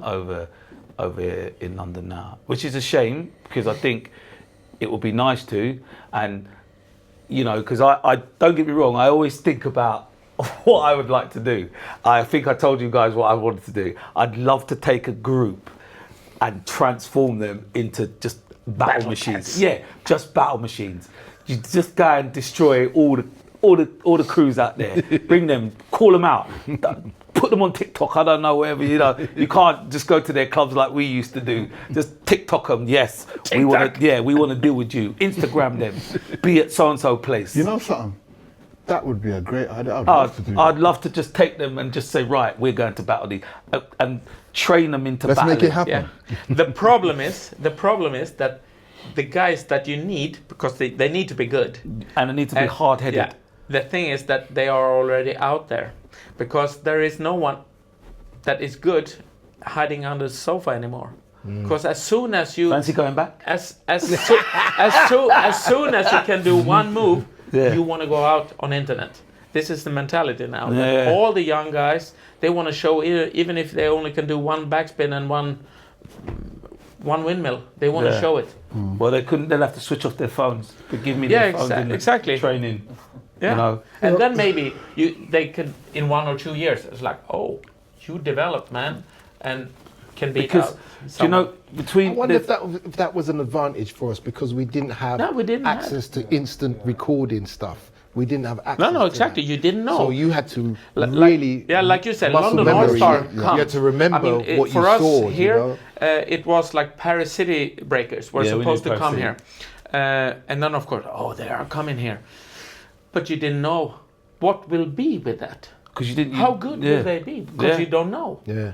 And that was also here when we out of control is coming here. Oh, we need to train, but we didn't know on what because we didn't know how good they are or bad. I mean, Yeah. And this is now you know because you can just look. Okay, let's search them. But then what you they can... posted that in 3 weeks ago. But yeah. what I've noticed So- is what I noticed as a breaker, as a b-boy as well. You know, you got people that can break, and then you got people that can battle. It's like anything. You got fighters and you got boxers. Got to wrap it up, innit? You know, and the thing is that some of these people, I believe you could train people into battling, how to battle, because as much as you now have the internet, it's like, how can I put it, in a football match, if you're Arsenal, you're playing Chelsea, you know to set your formation for this because you know the way that Chelsea play. But if you're playing Barcelona, you have to change your formation because you know Barcelona don't play the same as Chelsea. So the same goes for when you're battling. Right, we're battling London All-Stars. Okay, for instance, all right, say we're battling London All-Stars. Right, we know King is a power breaker, so we know his best move is this. We've seen him on the internet. We can see how he works. We know that's him. So let's go for him. Let's kill him out of that question first. So let's get him out. So we're going to have you come out first and take. Do you know? It's a thing. It's a mind game, and you understanding and that's how it can be. It's a modern battling where we had to just work off that person. Shit, he's just come and done. Like I told you about the guy who done the head spin from second to none. No handing, and we were like, shit, how are we going to deal with that? And then you automatically think, right, I know I'm going to deal with it. I know what can take him out. So we then adapted straight away. Strategy. Where we already know what King's got because we've got him on here. We've already sussed him out and worked him out. So we're going to come out. We know he's got a backspin. So John, you're going to come out and do a backspin. It's like Breakdance the movie. They bring out the girl. Yeah, exactly. Oh, it's the girl. Yeah. She could dance though. Yeah, she could dance. But that's the way I think modern battling should be. Where you've got them hard guys where you can say, right, boys, you're the crew. We're going to take you. This is what we're going to do. They know what you can do now, but let's not let them see what you can do right now with all the new stuff. But I believe it could happen. I honestly do believe it could happen. Yeah. Maybe that mentality just need to go into some crew somewhere that, okay, don't show, hide it for 1 year, and then go missing for 1 year. Don't let no one hear about you. And then all of a sudden, you come out. Your whole character's changed. You know, your dress code, everything, and then you pull someone out. We want so and so and so and so. This is where we want. Be it here at this time. A big difference that I talked to you guys a little bit earlier on. Back in the days, at least for us, it was that, okay, you have a crew, Out of Control, or our crew, or, you know, you have a crew, then you have some breakers, and you have some lockers, and maybe some poppers, but you bring it together. And then you know that, okay, they got Steen, then I need to take him out. Oh, they have Wildcats. But now it's, you know, the breakers, they are for themselves. The poppers are for themselves. Yeah. It's not really. There's no actual crew. Many times it's a crew who has together. done that? How has that happened? How has it been separated like that? Because of the music, of course, it's one thing. It's been dismantled. Yeah. And of course, the B-boys dance to one music, poppers dance to another music, lockers to a third music. And of course, it is the music that move your body. You're a dancer. Yeah. You dance to any music, man. Yeah. You're a dancer. Yeah. You're a dancer. If we were a crew and T picked a particular song, we're all going with that, man. We're all going to practice to that. But it's very interesting. But is that the case, though? Because the reason why I ask is because I remember when we had our crews back in the days, we had a couple of breakers, couple of lockers, couple of poppers, and a DJ and maybe an MC in the crew. Oh yeah, but that's. But what I mean is that, you know, when you played like what's the name of that track? Battle Cry. That's when the breakers would come out. Yeah. But if you played Tour de France, that's when the poppers would come out. You know what I'm saying? And if you played some James Brown or some funk, that's when the lockers would come out. Yeah. So it was different. Yeah. I think it starts to coming back. I see some now, some crews that bring in different dances, different elements. So it might come back. But the B-boys are really B-boys. It's hard for them to interact, in my opinion. I agree. And I do agree with you. B-boys T, nowadays, they do you're- the mix-up thing. They do everything. Yeah, you're on the dance floor, there's a beat playing, whatever beat is playing, and somebody comes out to battle you. Are you going to be telling the DJ, hold on a minute, could you change No, it? I hear that. I hear can that do what my you're saying. thing. No, you're going to annihilate them. You're always going to be able to that beat. You're gonna Yeah, throw you're down. always going to be able Yeah. to battle. But as we're saying is that we breakers dance to a break beat. So it's a constant. What's that? Yeah. Tune? You know, you've got that beat for the breakers, Yeah. and The for the break, for the as it is. poppers, it's more of the music Yeah. with the Yeah, yeah. vocals. Yeah. You know, you could Yeah, hear. you want to have the different moods of the Yeah. song in your dance. So it is a little bit different. Not saying that they couldn't. No. Trust me, if a man No. goes down, you could put Sex Pistols on. I'll bust a move to that. Doesn't bother me. I will bust a man for that. Care not. You know, it doesn't matter. But I hear what you're saying. 100%. If a tune goes down, you gotta be down. What we had previously in those interviews is that if you have just an amazing story that if I want to put this out, it need to be now. It can be whatever. I mean, I'll give you an amazing story. do it. You know I am great. Yes. I could tell you a story. This is a true story, and it happened. And this is the only time I would say that I stood back and crumbled, like froze.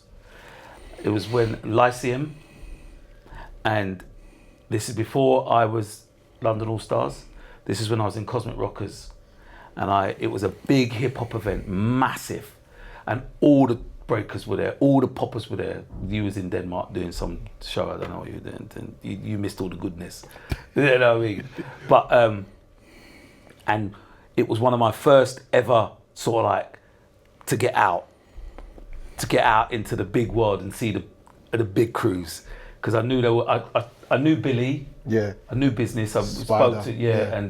and Pervez. I knew Pervez, and so we've come up, and I remember I sat near the bar, and all I heard is, "Where's King?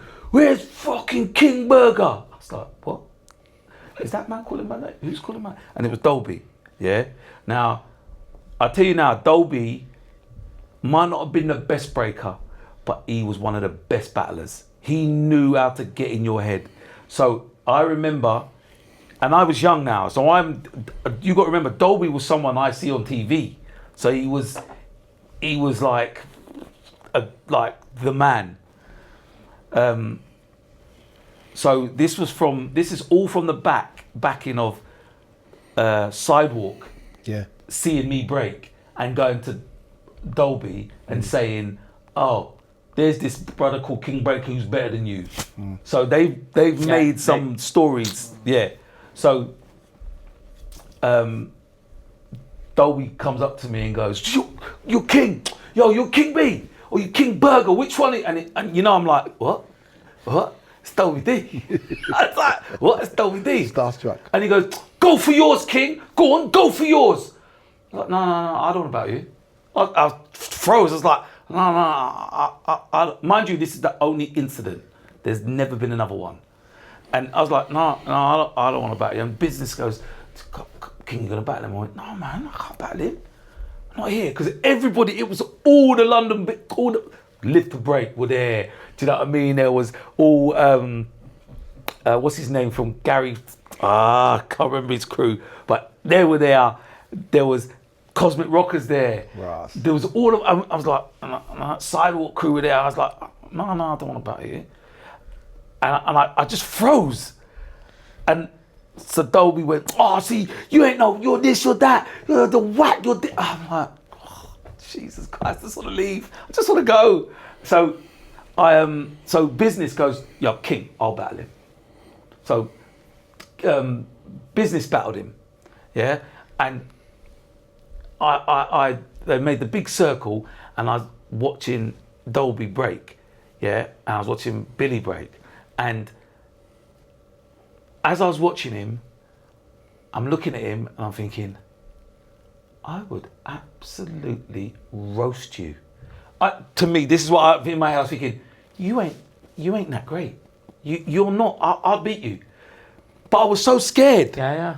As a youngster, I was so scared, and Dolby was, Dolby's full of himself. His presence was, and he battled business. And to this day, and I'll put it out there, to this day, I don't know who won that.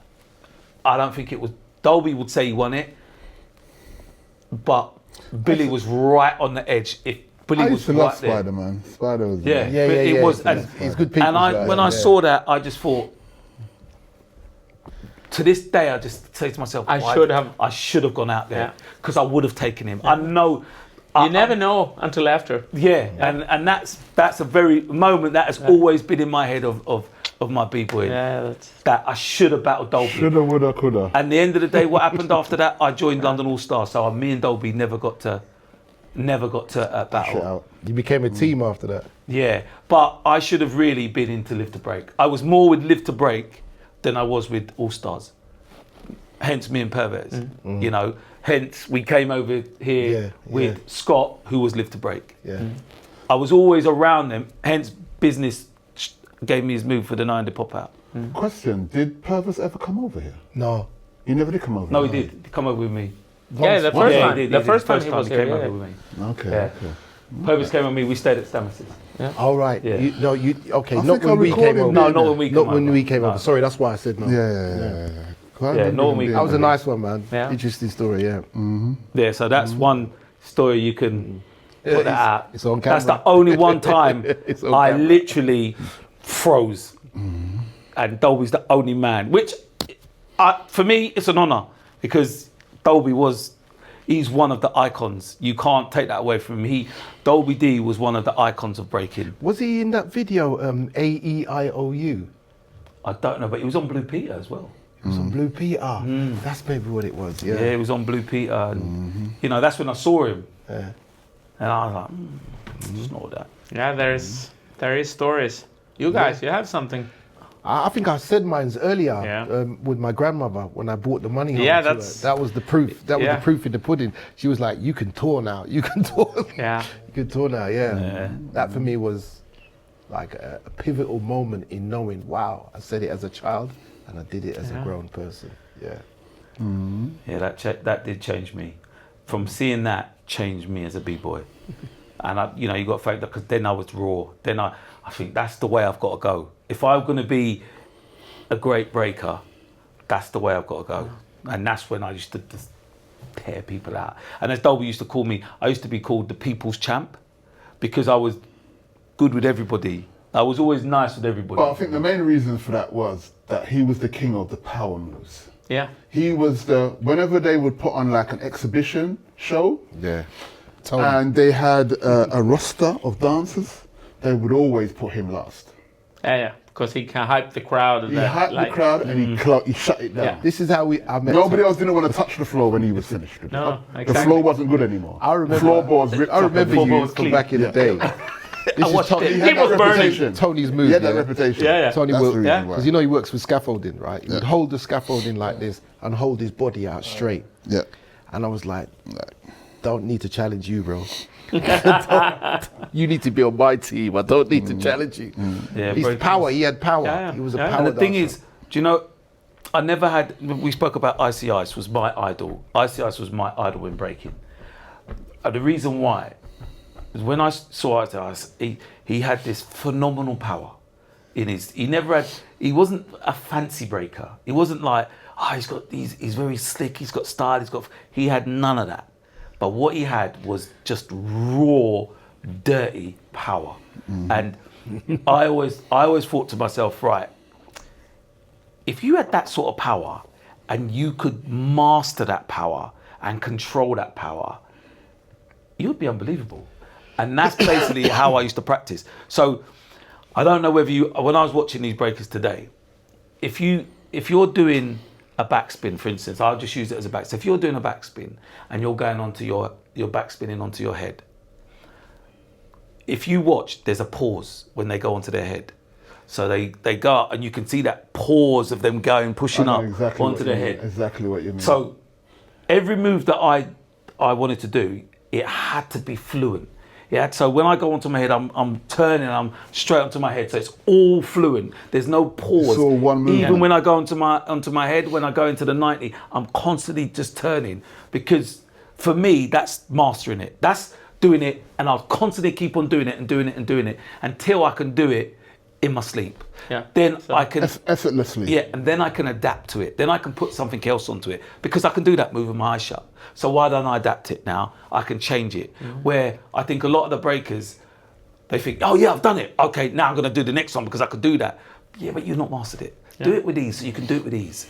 And then power become, and I think some of these people that are breaking now, I think they've got some rubber in their body or something, because some of the shit that they do, if I could do that now, if you gave me that 25 years ago, I'm like, yeah. You need. I'd have a cape and an S, because you wouldn't be touching me, because I'd be a different kettle. Cape. Yeah, I would. They were like, boy, look Half a Superman chest. because I would have mastered everything that the power. It would just be dirty. I would be but I can't do that now. Yeah, but I think that can be also a conclusion to everyone who look, that it's one thing to do the move and it's one thing to do it. Exactly. You need to know Put your own what is stamp the on the move. difference. Yeah. I've seen a lot of kids or youngsters taking classes, and they have done the move, and they think they can do locking. They think they can do breaking. Yeah. But they should look. Is it really locking or is it really breaking? Yeah. Yeah, okay, they do the moves, yes, but is it the dance? When This is the thing what you need to learn, that it's one thing to do the move, it's one thing to do the dance. So There's a difference between doing a dance and simulating the dance. yeah. You know, you're making it look like the dance, but you're not actually doing the dance. No. You know, It has to come from here. absolutely, 100%. I saw that a lot in the class when we was teaching. You know, they learnt the point now, so they thought they got it. So I'm like, so you're just gonna stay there, or are you gonna do something else with this hand? You know, what else could you do with your head? You know, at the same time, I was like, you know, I think Tony said it best when he said, you do the move, but you then take it and then you make it yours. Yeah, whatever little spice you want to add onto it and make it have a signature meaning for yourself. That's it. You have to master that. You can't just, because you can do a backspin, are you doing a backspin right?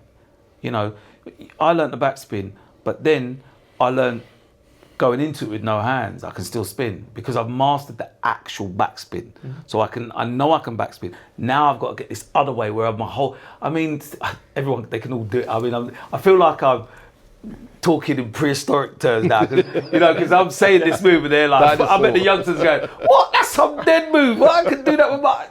But back in the day, it wasn't. It was hard for us. I understand. If you was 30 years ago to go and see someone go bang and drill a backspin, you'd be like, what the fuck? One thing to wrap up this thing is something that I learned actually from Elvis's brother, Alex Renegade in Malmö. He said it to me in '97 that you must come back into this culture, because now it's happening again. The same thing that happened 1984, 15 years later. It's happening again. And then it realized that, it's not dead for me. And a lot of the times now when I come back, I see a lot of those 18, 20 years old, and oh, you're here, thanks, nice that you come, thanks that you represent also the OGs. Yeah.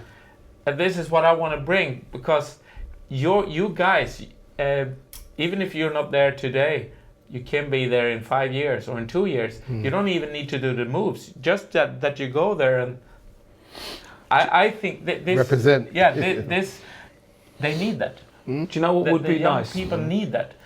Do you know what would be really nice, and this is good for all of us and all the old school, is people like yourself and people from London that organise it, is maybe have a like say this jam today. Maybe there's a room where you have a talk room, and you say, right, we've got 2 legends from the first gen. go in there and ask them any questions you want, and they can talk to you about hip hop and what it was like back in the day. And so you're actually putting maybe a classroom of a guy, say Anthony was in there, and some guy, like I'm a new kid, and I come and say, Ant, so back at Gen, what was it like? What did you? And he can knowledge that kid. Now that knowledge may get passed to somebody else, get passed to somebody else, and before you know it, there's more and more people understanding about Boogaloo or popping and Maybe part of that could be also a chat room where people could send in their questions and the interviewer in that room can ask the questions and get a live response to that. You know what I mean? And use the media for that type of because thing as well. what I realized or what I've seen is that a lot of those youngsters, not all, some is just but I don't care about you, but a lot of them actually, as soon as they know that we have knowledge, they want to have it. They want it. They want it. They want it. There's a few times where we just stand up talking. Like today, it's happened so many times in the past when I was working at Freeze House and these type of places, where you're in that type of space and you're just talking. We're just talking, just kicking it, you know. And then you see some kids walking past and they stop and they're like, and they're listening. And before you turn around, there's like 3 kids just became 15. Happened today. And then all of a sudden, we were talking, and that guy goes, "No, you carry on. I'm just listening." Oh, do you see that guy? And that's what I mean. And nobody in any hip hop jam that I know of, maybe you guys know because you've been there. You're in it a bit more deeper than me. But I've never heard of someone saying, "Do you know what? We've got the judges, old school judges or the new school judges." But in this room here, we have 2 legends, Dolby or Anthony or Gary, King, 2 guys in there. They're up to tell you the history of their history. They're Gen 1s. You know, the DJ can tell them who they are. And you can go in there and you can sit down and have a good old chat with them and ask them any questions you want. I don't know no hip hop jams that have ever done that. And maybe that might be a good thing to rub off. Or they do what Gary does, and there's a question box asking you. But I want to give you to that because it happened to me this summer. Cool. We have this every summer. There is a popping event. You know, only poppers and popping music, and this year I was not the judge. I just came there because I know about it, and they introduced the judges, everyone, and then I want to give a big shout out to this guy. It's like, which guy? To this guy to pave the way. Nice. So it can happen. Nice. It can happen. Yeah. And it was nice for me, and I think it was nice for them that yes, there was someone before me. Yes. It only takes one people to start it off. Only that. And it will cause. I know it will cause a chain reaction. I just want to give it to you that you shouldn't give it up because your knowledge is and your presence is relevant. I have phone calls from Japan. I have phone calls from Spain. I have phone calls from different parts of the world. People flying in for me to still do private classes. Yeah, why not? And it's like a shock to the system. Like 20 years later, you for real? So yeah, because we're generation number 1. The Japanese, they know. There are some guys. They really digging. Yeah. It's like digging the crates for a DJ. Exactly, exactly. Well said. Well said. Yeah. You want that good vinyl? You have to dig in the crates, you know, to find that gem. Yeah. And they're there. You know, you got. I would, and I'm sure Anthony, I'm sure Gary would. I'd love to talk to people, especially the young kids, not the elder ones now. No, you guys, just forget. What did you say? You know what I mean? I got to take my tablets. My high blood pressure. But no, it's like you get, because them young kids will sap it in. They will absorb it, you know, and they will take the information, and you can help them that helps you to build. I don't know. But an Instagram page where they can do something. It all helps. But hopefully this can kick something off. Yeah.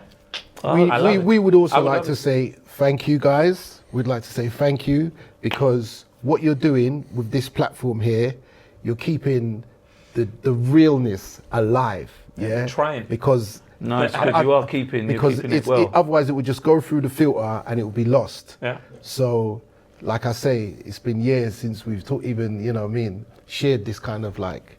We vibe. talk about it amongst ourselves, don't we? We talk about it amongst but ourselves. it's also Yeah. remembrance for yourself that that I did. Yeah. So it's enlightening Thank you, our man. souls. Thank you. Yeah, thank you, Thank man. you, Thank you. brother. Thank Thank you. you. Thank you. Thank you, Dave. Listen, Yes, yes, yes. Blessed. Thank you, big man. It's good. It's been good. It's been good.